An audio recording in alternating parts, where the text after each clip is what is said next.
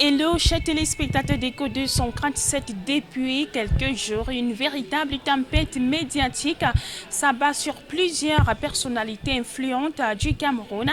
Dans le viseur, le directeur adjoint du cabinet civil de la présidence accusé notamment d'exploitation frauduleuse dans le secteur aurifère. Cette polémique a été alimentée par une récente publication de Jeune Afrique évoquant sa convocation au tribunal criminel spécial pour des affaires liées à un prétendu faux décret à la Cameroun Radio Télévision et d'autres dossiers sensibles.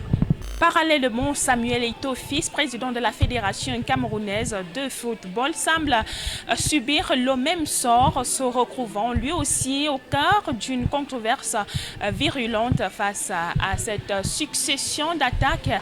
Les interrogations fusent. Pourquoi maintenant y a-t-il un calendrier politique caché?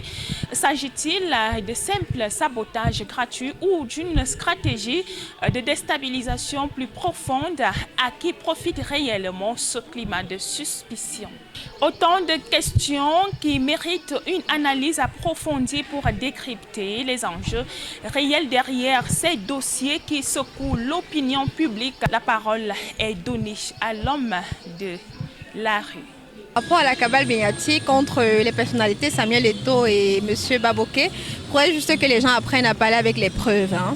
Pas en faisant du suivisme moutonnier et effet de masse, mais parler avec des preuves. Quand vous n'avez pas les preuves, vous fermez vos bouches. Vous savez, le président n'est pas là et puis on rencontre tous comment les choses ne fonctionnent plus normalement depuis un certain bout. Donc c'est pour ça que c'est maintenant aussi, parce que les choses ne fonctionnent plus. C'est pour ça que ça arrive. Si les choses fonctionnaient, forcément, il n'est pas à voir ça. Mais comme les choses ne fonctionnent pas, tout est bloqué, alors les gens ont vu que bon, on peut tirer sur telle personne, parce que justement, ce sont ces gens-là qui gouvernent le pays. Par rapport à Osvan Baboké, qui est le directeur adjoint à la présidence de la République, je ne sais pas pourquoi tous ces derniers temps, les gens s'acharnent sur lui. Mais mon point de vue, on n'est pas là pour juger les gens. C'est Dieu qui juge les gens. Donc on regarde le bien de ce que la personne fait. Son histoire derrière moi, ça ne me concerne pas. Je ne sais pas ce qui se passe. Oh, les affaires des mines dehors, là, nous on ne connaît rien de ça. Nous, ce qu'on veut, c'est que le Cameroun soit développé, le Cameroun soit prospère. Donc on ne veut pas que les gens attisent la haine. Mais on veut la bonne marche du pays pour que les gens qu'ils puissent vivre ensemble entre les Camerounais. Donc éloignons de nous la haine là. Parce que toute chose, quand tu fais dans le secret, Dieu te voit et il dévoile. Donc s'il y a quelque chose qui fait le secret, un jour Dieu va dévoiler. Tous là ont pris le pays en otage. Ils pensent que le pays appartient à eux. C'est pour ça qu'il fait d'ici, il fait ce qu'il faut, il fait n'importe quoi. Il s'en fout de reste, il s'en fout du pays. Mais si les bas peuples souffrent alors que c'est eux qui peuvent décider rien, c'est qu'ils ont pris le pays en otage. Nous on souffre, on ne voit rien. On se débrouille comme tout le monde, mais on ne voit pas, le pays ça n'avance pas et il ne dit rien. Après, ce qui se dit, c'est parce qu'il y a deux camps. Donc, ce sont des guerres d'intérêt. Vous savez, dans ce monde, les faibles sont toujours en train d'être utilisés, sont toujours en train d'être exploités. Pour moi, c'est ce que je pense. Je pense aussi que c'est quelqu'un qui a beaucoup de projets, beaucoup d'avenir. Et on veut certainement, peut-être, lui mettre les bâtons dans les roues pour qu'il ne puisse pas atteindre ses objectifs. Je commencerai par l'autorité M. Oswald Baboké. Dans les médias, il est plus ou moins dit de lui un certain nombre de choses concernant un certain décret présidentiel. C'est un sujet épineux parce que la question du décret présidentiel qui nommerait un vice-président et un gouvernement sont l'objet de l'attention de tous les Camerounais, aussi bien dans le pays que dans la diaspora, et même des personnes qui ne sont pas camerounaises. C'est donc un sujet d'actualité et un sujet de la plus grande importance. Mis à part Oswald Baboké, ce qui est dit de ce décret qui serait arrivé à la CRTV de façon tout à fait illégale, c'est ce qu'on appelle dans le jargon une tentative de coup d'État.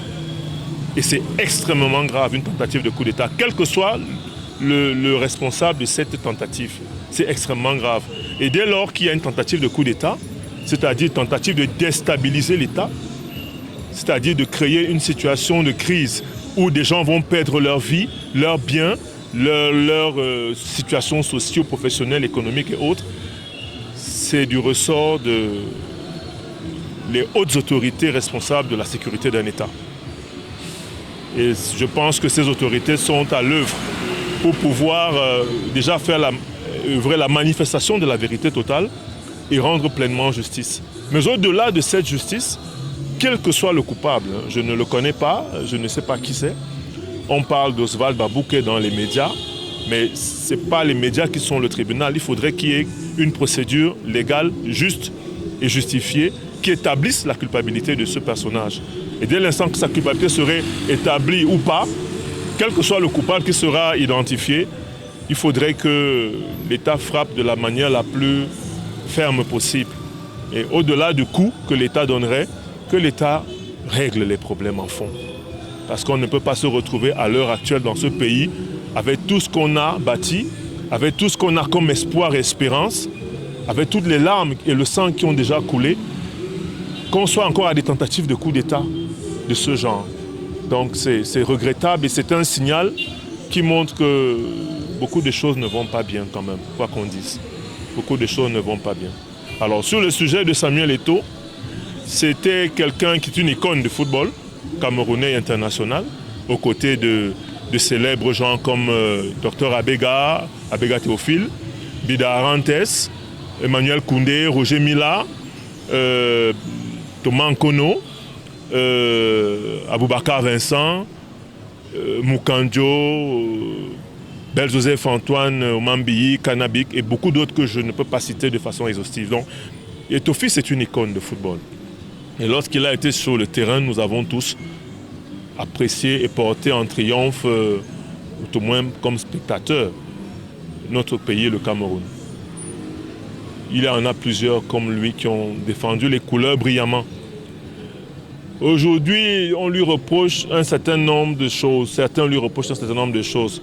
Je ne voudrais pas, comme on dit au pays, acheter le problème. Mais en tant que Camerounais, personnellement, moi je m'interroge. Quel est l'état de notre football? Je veux bien que l'on donne la gestion de la FECAFOOT à quelqu'un qui mérite. Et si Eto'o Fils mérite, ceux qui l'ont élu, je suppose qu'ils l'ont fait en tout état de cause.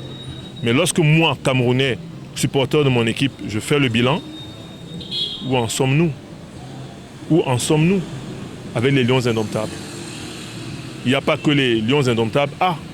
Il y a les A', il y a les juniors, il y a les U21, il y a les U17, il y a les filles, il y a les U20.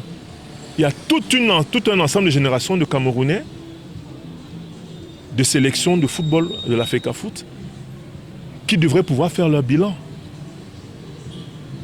Et quand moi je fais le bilan, il n'est pas reluisant. Le bilan du football camerounais n'est pas reluisant. Et je m'en tiens juste à des statistiques. Voilà une Coupe du Monde pour laquelle nous avons été éliminés. Pourtant, le Cap-Vert, qui est un pays que je supporte aujourd'hui parce qu'il a fait de grandes prouesses, il fait un match nul avec l'Argentine en Coupe du Monde. Le Cap-Vert, nous l'avons battu 4-1 ici au Cameroun, avec un entraîneur qui s'est retrouvé viré par la suite. Alors le bilan, c'est quoi? Il faudrait dépassionner, moi je pense, et rester froid.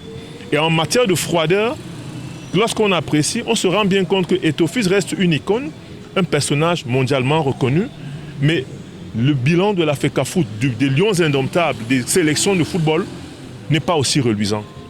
Et lorsqu'on se retrouve dans une telle situation, eh bien, il faudrait bien pouvoir tirer les leçons et corriger le tir. Moi, si on me demandait mon avis là-dessus, je pense que, à défaut de mieux se faire encadrer, d'avoir des meilleurs conseillers, encore plus pertinents, peut-être tout simplement qu'il faudrait changer cet encadrement du football camerounais. On l'a souvent fait avant.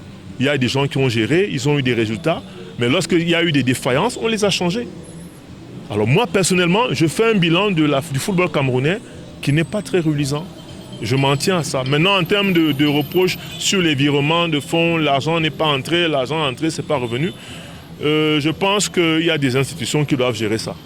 Ça revient au sujet précédent. Il faudrait que le Cameroun qu'on ait une justice plus juste. Qu'on arrête d'enfariner les Camerounais. On commence un procès, une histoire, elle n'a jamais de dénouement. cette situation qui permet que les gens continuent de se faire des illusions, d'avoir leur propre interprétation et de contaminer les populations, les opinions, est très négatif. Il faudrait que nos institutions soient plus justes, plus transparentes et que les uns et les autres soient au courant de la vérité. Il est vrai que la justice n'est pas toujours forcément publiée pour des raisons que la loi reconnaît certainement. Mais tout au moins, quand il y a des sujets comme ça, il faudrait redonner aux Camerounais le goût de la vertu. Le goût de la vertu, le plaisir de la vertu. Parce qu'aujourd'hui, on parle d'un sujet, les gens se font des opinions, les gens racontent des versions, on n'a jamais de vérité à la fin. Et on se sépare. On passe à un autre sujet, ça pollue l'opinion des Camerounais, ça pollue les mentalités. Ça pollue et ça a un impact énormément destructeur sur la population. Les gens ne respectent plus la loi, les gens ne respectent pas l'autorité, les gens ne respectent même pas les aînés, les gens, on va dans tous les sens. Donc je pense que Etofi c'est un excellent footballeur pour terminer, mais la FECAFOOT a beaucoup de choses encore à revoir, en mon sens, en termes de résultats et de bilan sportif.